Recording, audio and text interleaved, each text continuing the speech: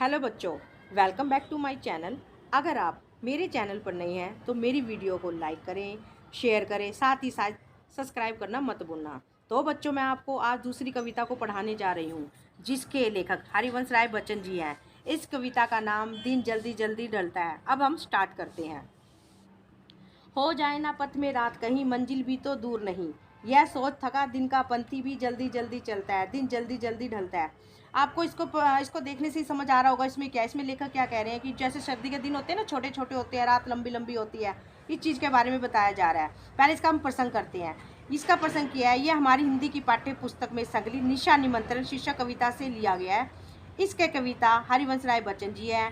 इसमें कवि कहता है कि दिन का समय शीघ्रता से ढलता है और रात का बुलावा आ जाता है। कवि निशा के निमंत्रण द्वारा मानव को अपने लक्ष्य की तरफ बढ़ने का संदेश देता है। इसमें कवि क्या कहता है, दिन का समय बहुत शीघ्रता से चलता है और रात होने लगती है।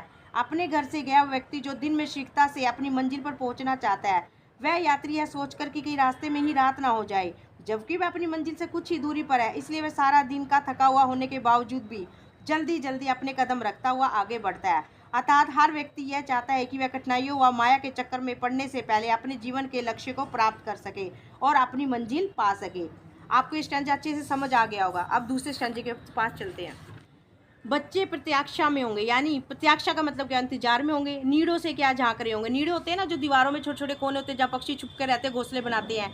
यह ध्यान परों में चिड़ियों के भरता कितनी चंचलता, दिन जल्दी जल्दी ढलता है। इसमें प्रसंग तो सेम ही होगा, बस इसमें कवि क्या कहता है, चिड़ियों के माध्यम से पंछी के घर का चित्रण प्रस्तुत करता है।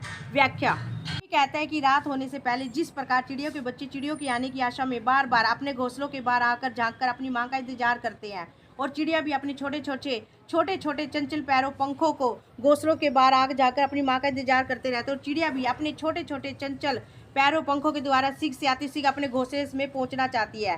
उसी प्रकार घर से गए यात्री के बच्चे भी बार बार अपने घर से बाहर रास्ते पर उसने आने की उम्मीद लगाए रखते हैं कि यात्री भी जल्दी जल्दी अपनी मंजिल तक पहुंचने के लिए प्रयास करता है, क्योंकि उसको पता है कि रात के अंधकार में उसे जाने में कठिनाई होगी। ये इसमें क्या बताया, इसमें पक्षी जब अपने बच्चों के लिए दाना चुगने जाते हैं तो उन्हें भी होता है कि रात ना हो जाए, हमें जल्दी जल्दी जाना और अपने बच्चों की भूख मिटानी है। तो कवि क्या कहता है, अपनी मंजिल तक पहुंचने के लिए प्रयास करता है कि उसको पता है कि रात के अंधकार में उसे जाने में कठिनाई होगी।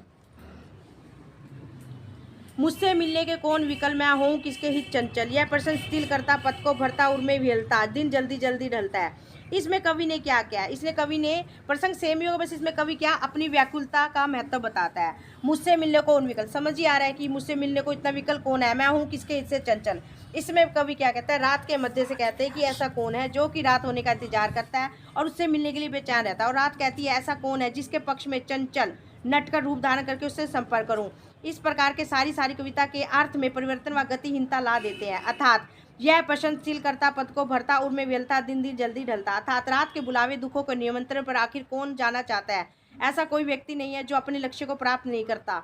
इस प्रकार के प्रश्न कवि के हृदय में व्याकुलता को उत्पन्न करते हैं, इसलिए कवि सभी को शीघ्र अपने लक्ष्य को प्राप्त करने के लिए कहते हैं, क्योंकि सुख का समय कम समय के लिए आता है, अंधकार रूपी दुख का लंबे समय होता है।